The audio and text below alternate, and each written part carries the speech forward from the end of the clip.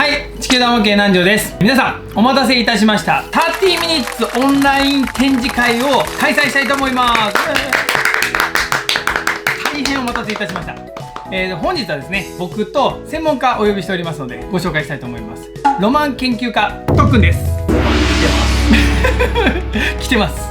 どうぞ本日はよろしくお願いいたします。お願いします。お願いします。それでは早速見ていく前にですね、8月の15日から9月の20日までの、ほんと1ヶ月の間だったんですけども、ツイッターでハッシュタグ地球道30 minutes っていうのをつけて、投稿してくださいっていう動画を上げたんですね。なんと94作品もね集まったんですよ。もう感謝感謝で、もう本当に皆さんのご協力ありがとうございました。ありがとうございます。それでは早速ですけど見ていきましょうか。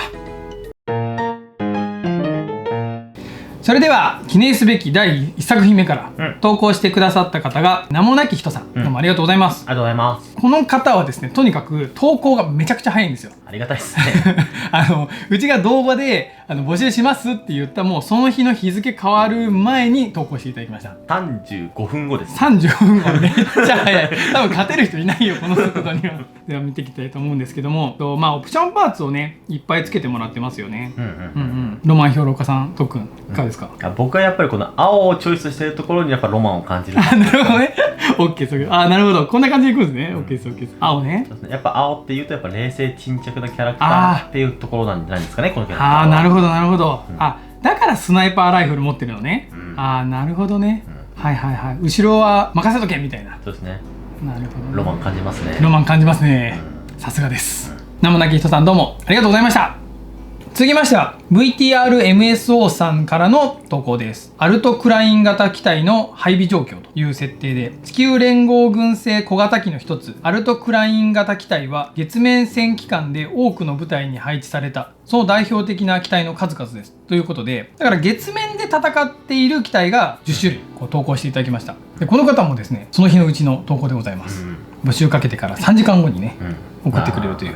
並べるのにちょっと時間かかる、ね、そうそう、ちょっとね並べるのにね、35分には勝てなかったっていういやー嬉しいですね。細かく見ていくとですね、僕ねこのサンドイエロー的な機体がすっごい好きで、なんかもうフォルムが可愛くないですか？可愛いですね。ちょっとちっちゃい、これ小型機ってなるほどっていうね。だから普通の30ミニッツと比べてなんか関節1個外してるような、いや可愛いですよねこれ。可愛いですね。これいわゆるダグラム体型。そうダグラム体型、いいねいいね。足ごっついね。足ごっつって。いやロマン感じますね。いやロマン感じましたか、先生。感じますね。なるほど。で続きまして赤い機体とか指揮官的な感じなのかな。ちょっと周りとは雰囲気が違うようなエース機みたいなね。これはちょっとロマン感じますね。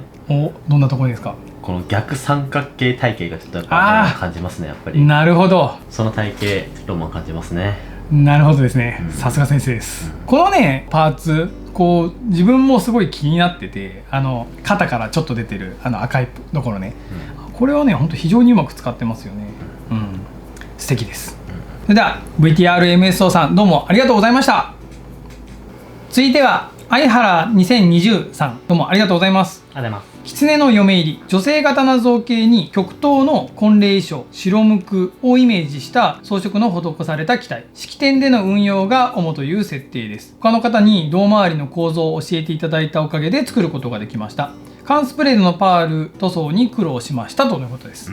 ちゃんと協力いただいた方にねお礼もつけていただいているということで、やっぱりねまず思うのは、なんかすごいなって思う模型ってどこがどのパーツ使ってるかわからないっていうのがあると思うんですけども、まさにこれがそうですよね。一体どこがどうなってるのっていう。でもちゃんと本当だ白無垢だっていうね。で狐のイメージもちゃんと耳が可愛らしくね、そうですね、なってるんですよ。パール綺麗ですよね。綺麗ですね。背面も横もいろんな角度で撮っていただいているので、これあれじゃないですか。だからこれすごいなって思った方はここってこのパーツ使ってるのかなって探してね、なんかいろんなアイディアいただけますよね。すごい素敵だな。やっぱりなんか極東って言ってるんでね、日本刀がよく合いますよね。そうですね。素敵素敵。やっぱ設定にやっぱロマンを感じますよね。非常にロマンを感じられますか？いいですね。きっといい嫁さんなんでしょうね。それでは相原2023、どうもありがとうございました。はい、続いては本家マロニーですさんからです。なんか面白そうだなぁと部活にも買ってみた30ミニッツ組んでみたらよく動く、ライブに行きたいなという思いから撮った1枚。いいですね。ロマン感じますね。ロマンしか感じませんね。素晴らしいですね。ほんとなんかいっぱい遊んで、あ、このアングルちょうど応援してるように見えるっていうね、この手前のある時はもう絶対左手にチケット握りしめてますから、やっと手に入れたんだみたいな。よく動く30ミニッツらしい写真なんじゃないですかね。ああ、なるほど、確かに確かに、30ミニッツの良さが全開に出てるっていうね、もうだってほらこれもう武器じゃなくてなんか応援するペンライトにしか見えないのででですね、これはパッと作ってパッと投稿したように見えるんですけど、ちゃんとこれ、ね、墨入れもしていただいているということでね、無塗装ではないと、だからこういう遊び方いいよね。そうですね、これは一体何を見に行っているんでしょうかっていうね、でもまあライブに行きたいんだなっていう気持ちはすごくいや本当にね、伝わるよね。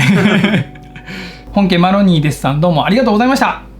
続いては G サマーさんの作品です。アルトボル系のタイプ、大地が乾いてそうなイメージで制作しました。めちゃくちゃかっこいいね、特訓。いやロマン詰まってますね、これは非常に。いやーすごいわ、頭がない逆関節、腕が両方武器、これはかなりロマン高いですね。素晴らしいですね。これ絶対一人乗りじゃないよね、しかもこう乾いた大地っていうから、これ絶対に白いなんかシーツみたいなのに隠してあるみたいな。隠してありそうですね。そうそうそう、主人公が一人ずらーっとね、なんか砂漠の坂の降りてって、でガサッとこうみんなでせーのって広げて、一気に出るやつね、これ要塞を落とすのいともたやすいみたいな感じがするね。なんかねデカールのねこのシンプルさというかね、こういったところもかっこいいですよね。これほんとかっこいいな。非常に巨大なロボットっていう印象を与えますね。写真がほんとね、なんかアングルがすごいいいんだろうな。ほんと迫力がね、ありますね。すごいですね。はい、G サマーさんどうもありがとうございました。続いては楓さんからの投稿です。ポルタノバプリッツォーネ、超大型の近接武器を使用し、短期でも多くの連合機をほふる能力を有している。急に降下してきたとある部隊の隊長機で、この機体専用の武器を気に入っており、笑みを浮かべながら葉巻を吹かしている。ロマンありますね。すごいね。設定分にもロマンありますね。めちゃくちゃね、なんかちょっと片面なんか傷を負ったようななんか大柄のおっちゃんが今イメージがされておりますけど、武器がねいいんですよ。この物理がね。やっぱもう一個のロマンポイントとしてはやっぱこの大質量武器っていうのはやっぱりロマンですね。確かに確かに。巨大な物理で殴るっていうのはそうロマンあります。いやーかっこいいですね。パーツがいろんな色分けされてるじゃないですか。なんかそれがねこう余計にこう直しては作り直しては作りを繰り返してきて、なるほど。で葉巻であと2日だみたいな、2日で直せみたいな。いやーロマンですねそれは。なんかそんな感じがねすごい。もうもしやられるならすごいかっこいいやられ方をしてほしい。この武器誰かに譲ってほしいみたいな。なるほど。そう墓に立ってる可能性もあります。それだそっちの方がいいや。なるほどね。いやこっちもなんかすごいこう想像がねかき立てられる。かえさんどうもありがとうございました。続きましてはビッグウェスタさんからの投稿です。量産機プラスアルファくらいのカスタムで制作しております、とのことで投稿してもらってるんですけども、確かにどれも何十機も落とすというか、それよりは本当にこの30ミニッツのコンセプトにのっとったといいますか、自分だけの量産機、本当ね1枚目の写真もそうなんですけど、ドライブラシがねめちゃくちゃ綺麗なんですよね。そうですね、かっこいい塗装が本当ねなんかさりげなく。僕がロマンを感じるところで言うとこうやはりこのドラグナー感っていうのがまずロマンポイント1ですね。このやっぱこう背中に羽を背負ってるだけでこうロマンを感じるっていうのはこう男の子ならでは。そう男の子ならではですね。これね白なのがかっこいいんだよ。なんか悪党を捕まえそうなね。そうですね。であともう一点やっぱこの足がブースターっていうのがこのロマンポイントの一つなんじゃないですかね。かっこいい。絶対宇宙専用っていう。そうアニメで言うと終盤らへん出てくるやつね。終盤出てくるやつっていう。わかる。やっぱこの辺もちょっとやっぱロマンポイント高いですね、非常に。でちゃんとね後ろのタンクもねこう再現されてて、いろいろこうやっぱ設定とかいろんなものをこう考えて、自分が乗るなら多分こういう感じがいいとか、こうやって動くんだろうなっていうのが本当なんかよくね細かいところまで考えられてるね、すごい感じる作品ですね。これ武器が斧っていうか、これね武器斧なんですよ。やっぱり物理に対する物理大好物な2人ですからね。武器が斧ってロマンですね。いいっすね。あと逆手の銃ってのもロマンですね。ああなるほどね。トンファーに見せかけたランチャーっていうね。そうそう、逆手の銃はロマンっていう、確かに確かにわかるよ。これもだってだからもうなんだろう、わかるアバンストラッシュみたいないや確かに確かにこれみんな逆手持ちだね。そういえばそう逆手ではロマン。ああなるほどね。いや確かにこれはポイント高いですね、うん、なるほど。ビッグウエスタさんどうもありがとうございました。続いては小太郎さんからの投稿です。いろいろなシチュエーションを考えてみました。大喜利用にと、これね草が生えてるんですよ。これは僕に大喜利をやれということですね、OK です。じゃあ1枚目いきます。だって朝なんだぜ。わかる？次おう分かった。これねそうだな。違う、これはリリス。そうか、そういうことか、リリン。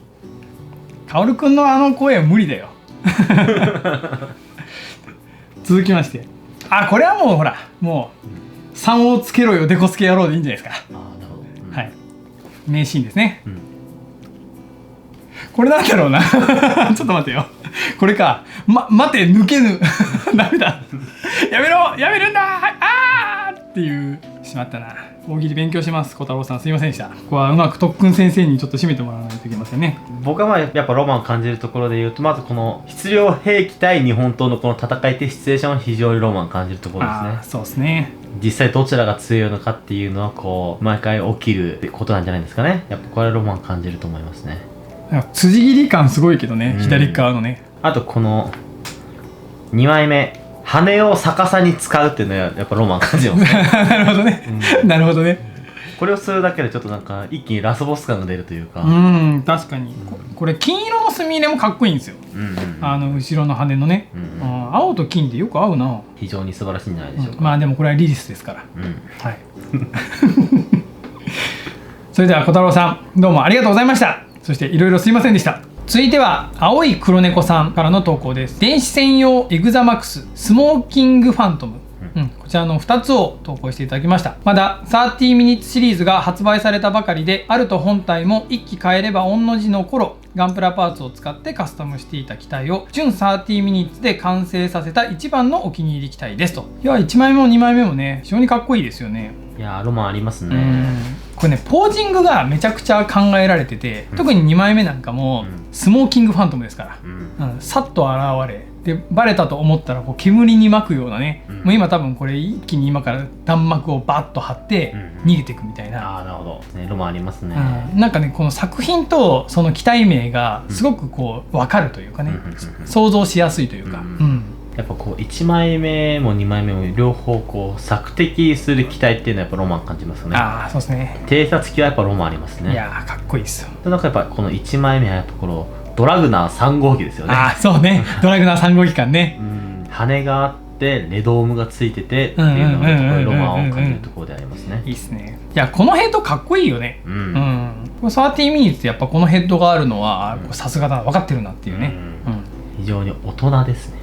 そうね、分かる分かるよ。僕はねすぐにねゼータ顔好きだからねああいうエースパイロットすぐ好きになっちゃうんだけどね。本当に活躍してるのは誰のかっていう話だね。青い黒猫さんどうもありがとうございました。続いては日野さんの投稿です。タイトルがあるとシノ。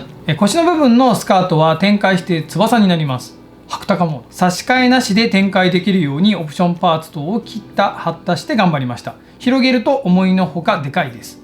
拙い筆塗りですがと書いてあるんですけども、とかこれあれなんだ。だからもう切った貼ったでして一発でこのスカート部分が展開するシーンになるっていうね、考えられてるな。いやロマンありますね非常に。スカートのパーツが動く可変するっていうのは非常にロマンありますね。でなんかこの白鷹モードになった時にその関節部分が違和感ないようにちゃんとこう肩のパーツと太もものパーツが違和感ないようにもう最初から考えてあるっていうね。でちゃんとね頭の部分もなんか鷹っぽくね、なってるんですよ。なってますね。これ可変にした時にこの足先まで全部可変してるんですね。本当だ、足も本当だ鷹になってる。これは本当めちゃくちゃ考えられてますね。そうですね。で武器は特訓。そうですね、質量武器ですね。質量武器ですね。ハンマーでガッツンと、いいね。上空からドーンか。そうですね。なるほどね。非常に素晴らしいね。素晴らしいね。本当はね遠距離とかを持ってなくて上空からの一振り。そうですね。非常に素晴らしいんじゃないですか。戦い方も想像できますね。なるほどね、すごいな、雷属性って感じがするわマイティーソー。そうそうそうそう木野さんどうもありがとうございました。続いてはみさんからの投稿です。小学4年生の息子がケンタロウス風にミキシングして汚しもしました。自分の思い通りにできたのでとても喜んでいます。これからもいろんなことに挑戦してほしいですということです。いいよね。素晴らしいですね。このウェザリングがね、いい感じに錆びてて、伝説の期待感がね。小学校4年生にしてケンタウルスかっこいいって分かってるのはやっぱロマン感じます、なるほどね。さすが先生、見るとこは違いますね。なるほど。やっぱりこうケンタウルスっていうのはやっぱりこう一つのロマンですからね。四脚っていうのはやっぱロボット的に非常にロマンあるところですからね。そこに気がついているっていうのはとても素晴らしいんじゃないでしょうか。いやー、いいっすね。いやー、これ本当になんか封印された機体がもう今から目覚めるぞみたいな、イデオンですかね。ああ、なるほどなるほどね。小学校4年生には分からないかもしれませんけどいやでもこうやってね投稿してもらえたのがねすごい嬉しいですね。何気にこうちゃんとその体の青に合わせてこう、そうだ、本当だ、色を塗ってるからやっぱりこう、いいですねやっぱり。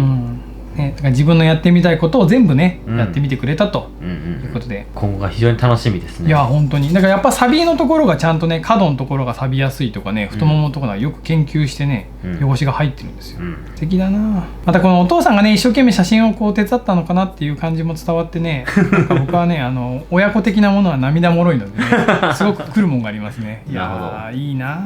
親子ポイントも高いですね。そう、こんな親になりたい僕も皆さんどうもありがとうございました。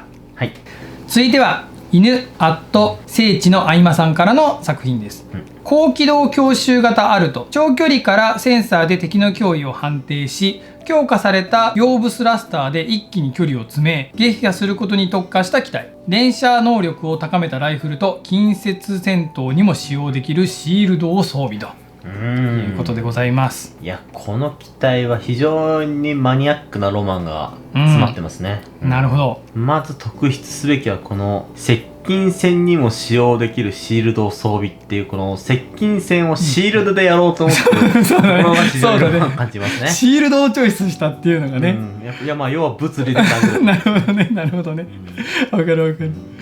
あともう一点、このヨーブスラスターっていうのもやっぱこうロマンを感じるところですね。これはこういわゆるこう業界でいうところの東売力図がかっこいい理論っていうので、わかる、もうめっちゃわかる。このやっぱこのヨーブのスラスターがでかいのがついてるっていうのは非常にロマンを感じるところですね。これね、多分一気に孵化したらパイロット鼻血が出るやつだと思うよ。いや、わかるわこれ。あともう一点あって、この肩がこう出っ張ってるの、実はこれもロマンポイントなんです。めっちゃわかる。これ、子供の頃は分かんなかったんですけど、大人になってこのアンバックっていう人間の体をねじることによって避けるっていう、なるほどね。そういうのこうやっぱ肩がとんがってるこのところがやっぱこうロマン感じるところで、こうアンバックを多分よく使うんだろうなっていう。なるほどね。非常にこう細かいロマンが詰まった機体なんじゃないですかね。ああ、そういうことか。なるほどね。本当だ本当だ。言われてみると本当にそうだ。感じる感じる。だからもうパイロットがこれは俺が無事に帰ってくるためにもうこうしてくれああしてくれみたいな。そうですね。非常にこだわった機体なんじゃないかなっていう。なるほど。ね、これデカールもいっぱい使っていただいてて。そうですね。物合いがねかっこいいですよね。いや、かっこいいですね、非常に。このね、普通の機体より前にね、出てることによってね、それこそ敵の脅威を判定するのにはね、もってこいな物合いしてますから。青に白ってかっこいいね、デカールとね。いいですね。いいですね。この縦のこのバッファロー感ね。いやー、大事ですね。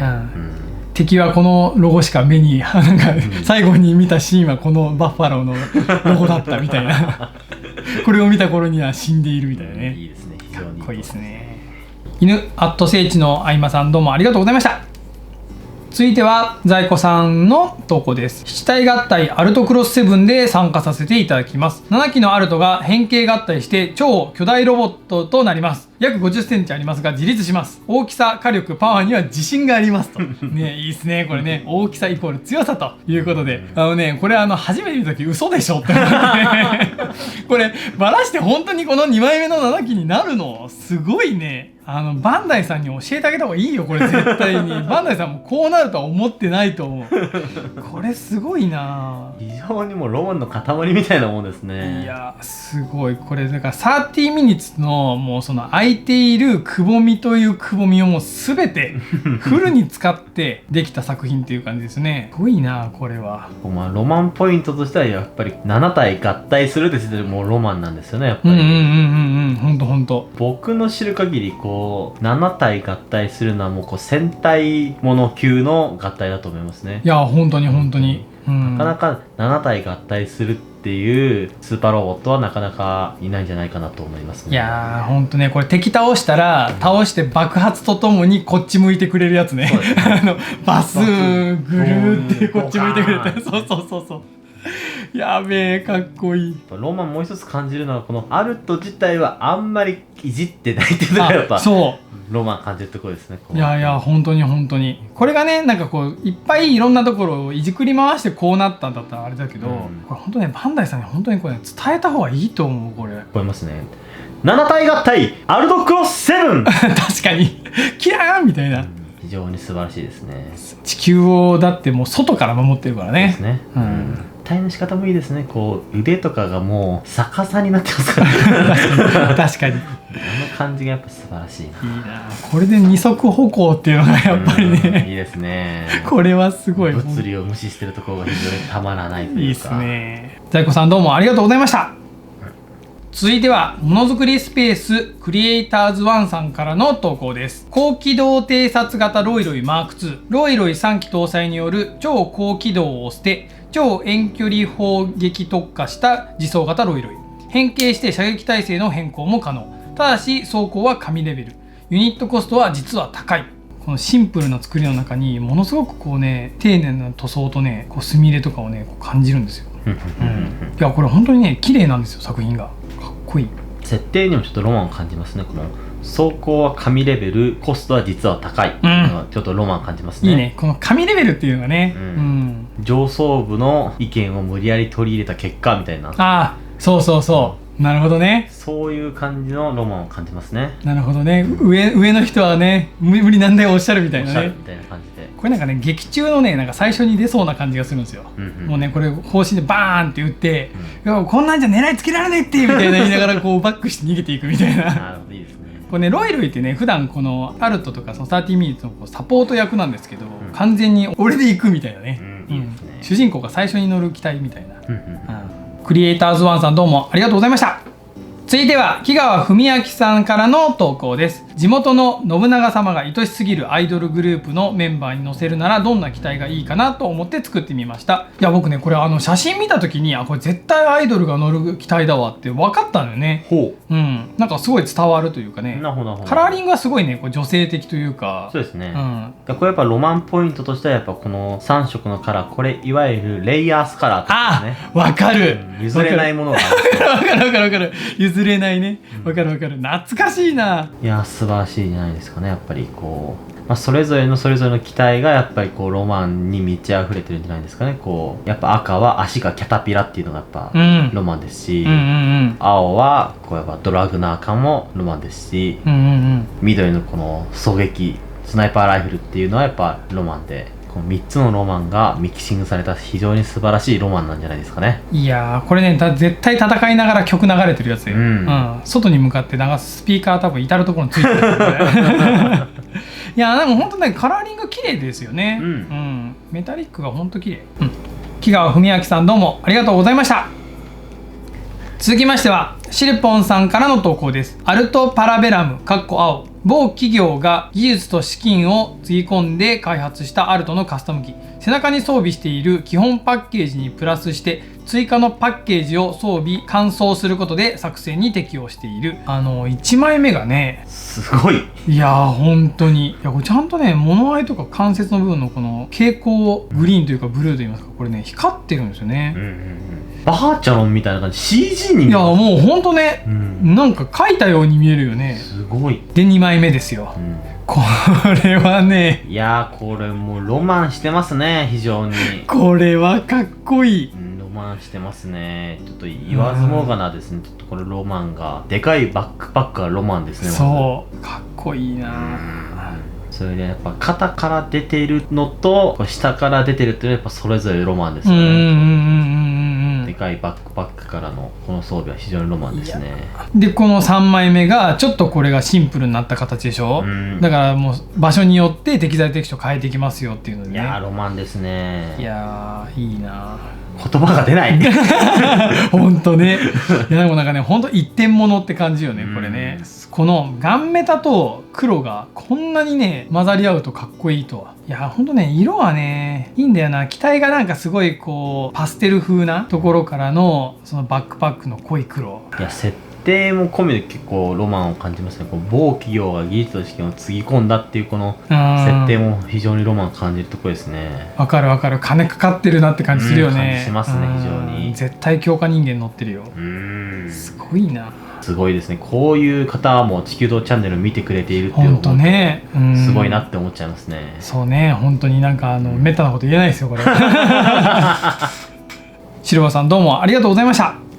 続いてはセローさんの投稿です。 SF ステラストライクファントムの空間戦闘用装備、機体各部の空間戦闘用装備や高出力ビームライフル、試作型ビームソードにはバイロン軍の技術が転用されているとされる。今後も30ミニッツが末永く続くように願いを込めて投稿しますということで、いやかっこいいですね。いや本当にね、この濃い青がねすごいかっこいいな。いいですね。ロマンもいっぱい詰まってますね。上半身に重心があるっていうのは非常にロマンが、逆三角形のね、逆三角形の足が細くて上の方にいろんなものがついてるっていうのはロマンですね。いや非常にかっこいいと思います。で背中にある巨大なブースターはこれもまたトールギス理論ですね。なるほどね、トールギス理論ね、かっこいいかっこいい。これも非常にロマンがあるんじゃないでしょうか。素晴らしいですね。設定の部分を見ていただくとこの試作型ビームソードっていうのはロマン感じますね。この世界観ではまだビームソードは割と一般的な兵装にはなってない。なるほどね。そういうのが装備されているっていうのはこう非常になんか試作機らしい、いやなるほどね、いい設定ですね。これはもうパイロットもね厳選されてね、選ばれし者みたいな感じで。ああなるほどね。いや4枚目のねこのねタッチポージングがめちゃくちゃかっこいいんですよ。いやこういうセンス僕も欲しいな。いいですね。これやはりこの重心が上半身に集まってるからこそかっこいいポージングじゃないでしょうか。こう上にボリュームがあって非常にかっこいいですね。このね縦の部分のなんかこのメタリックレッドがめちゃくちゃ効いてるんですよ。ここに赤入ってるからね余計にかっこいいんですよねこれ。なるほど。セロさんどうもありがとうございました。続いてはヨコさんの作品です。話題になりそうな機関車風メカに変形するやつで参加させていただきたいです。名前はガイアライナーです。よろしくお願いしますとのことで。いいですね。これはまたロマンが詰まってますね非常に。いやこれがですね3枚目見ていただくと、ね、元はこうだから列車なんですよね、機関車ちゃんと火吹いてるっていうね。そうですね、機関車がロボットになるっていうとやっぱマイトガインですね。いやなるほどね、なるほどね。いやこれね2枚目のねこの大きい剣がいいよね。こう迫力がね。そうですね非常にマイトガイン感が出てます、ね、なるほどね。しかも肩にキャノンがついてる時点でこれはグレートマイトガインパーフェクトモードですね。非常に素晴らしい。なるほどね。特訓大好物のやつだねこれね。これいいですね。いやこれね4枚目のこのなんだろうな車輪のところがちゃんと列車感出るようにパーツ選択してるんですよね。本当ですね。これはね30ミニッツのそのパーツいろんなものをこう見ながら、どれが合いそうかなってやっぱかなり試行錯誤しないとこれ生まれないんですから。いや本当にこうワンポイントこう黄色が入ってるのもいいですねやっぱり。この背中のがね存在感がね、これでもうぜひなんかこう変身シーンを、こう CG でねなんかどうにかこう再現したらすごいかっこいいだろうけどな。ガチャンガチャンガチャンみたいなね。いいですねかっこいいかですね。いやそれでちゃんとこの機関車感を損なわないようにそのネズミ色の使い方もすごい考えられてて、でそれがロボットになった時にどのパーツも違和感がないっていう。青いのが全部上に行くように考えてるから、これ太ももの部分もね青色にしてもね良かったかなって最初思ったんですけど、そこ3枚目と4枚目のこの機関車のところ見ると、ああこれは本当ネズミ色じゃなくてダメだっていうね、すっごいねいろんなパーツのね色をもう本当だから塗装なしでこうやって考えるっていうのがね、非常に13ミニッツらしいですよね。本当に本当に塗装しなくてもかっこよくできるっていうのがグレートマイトがいいんですね。いや、素敵です。横さんどうもありがとうございました。続きまして K160 からの投稿です。シエル・アイギス、宇宙での運用を想定したロイロイベースの自立型シールドを用いる試作機で、月面基地への連合軍の強襲を受けて実戦投入された設定です。シールドの展開、腰アーマーに擬態したサブアーム等を頑張って考えたギミックを盛り込んで丁寧な塗装を心がけて制作しましたと。めちゃくちゃ塗装きいですね。うまいっすね、すごいっすね。うまい。しかもこれロマンの塊ですね、本当に。ねえ、もうかっちょいいかっちょいいっていうね。先にロマンの話させていただきますと、どうぞ、もうロマンが止まらないですね。まずこの体型、このジオ体型というか、まずロマンですよね。このむっくりむっくりとしたこの感じ。これやっぱ宇宙で運用を設定しているっていう時点で、このジオの体型でも非常に機動性が出ると。なるほど。っていうとこがまずロマン。次に武器を逆手で持っているってものですね。いや本当これそういうとめちゃくちゃポイント高いな。非常に逆手で武器を持つのはロマンですね。なるほど。でさらにサブアームがついている。本当はこれ2枚目手が増えてますね。サブアームはやっぱりロマンを感じるところなんじゃないですかね。これなんかしまうの上手だな。全然1枚目で分からなかった。でさらにそのシールドがファンネルのようになるっていうのも、これも最近現れたロマンなんですけど、非常にロマンポイントが非常に高いですね。これはねかっこいい。シールドがまさかファンネルになった時にロマンを感じるっていうのはユニコーンが教えてくれたことですけど、あれはね新旧なロマンがふんだんに使われてる非常にロマンレベルの高い機体になってるんじゃないですかね。いやこれね全部紫にしてるんじゃなくて、そのなんか股のね部分とかその背中の部分とか白と黒がねすごく効いててね、いやほんと塗装バランスがめちゃくちゃうまいんだよな。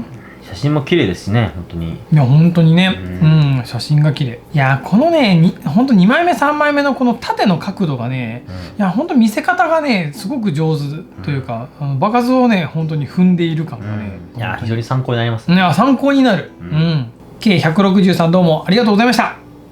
続いては小事健さんの作品です。プラモを再開して初めて完成させたアルトです。空間戦闘用の高機動回収機のつもりです。センサー表現に初めて UV レジンを使ってみましたということで、最近再開して完成させてもらったと。この物語性がねすごい伝わってくると言いますか、なんかすごいね悲しい機体というか、もう何か負を背負っていないとこの機体には乗らないみたいななんだろうな、なんかすごいねこれを見た時ねなんかもう勝手に感動して泣きそうになるっていうね。いやいいですね。なんかシルバーを使ってはなかなかいいと思います。シルバーの機体ってありそうであんまないんで、確かに言われてみればそうだ。そこにやっぱロマンを感じるところじゃないですかね、やっぱり。これだからもう30ミニッツの設定をもう超えて、僕はもう地球外生命体と戦ってると思ってますからね。いいですね。なんか向こうの事情も分かっちゃったみたいな。なるほど。あと大事な人亡くなったみたいな、第1話で。いやこれ本当にかっこいいな。なんか今までどっちかっていうと、頭をちょっとね下にクッて下げて、ちょっと身長長めに立ってるポージングのが多いんだけど、上を見上げるっていうのがね、なんかすごい来るものがあって、特に3枚目なんかもこれで映画のポスターでいいじゃないっていうね。そうですね。いや非常にかっこいい。いぶし銀って感じですね。いいね。これはねすごい好きです僕は。それでは小事健さんどうもありがとうございました。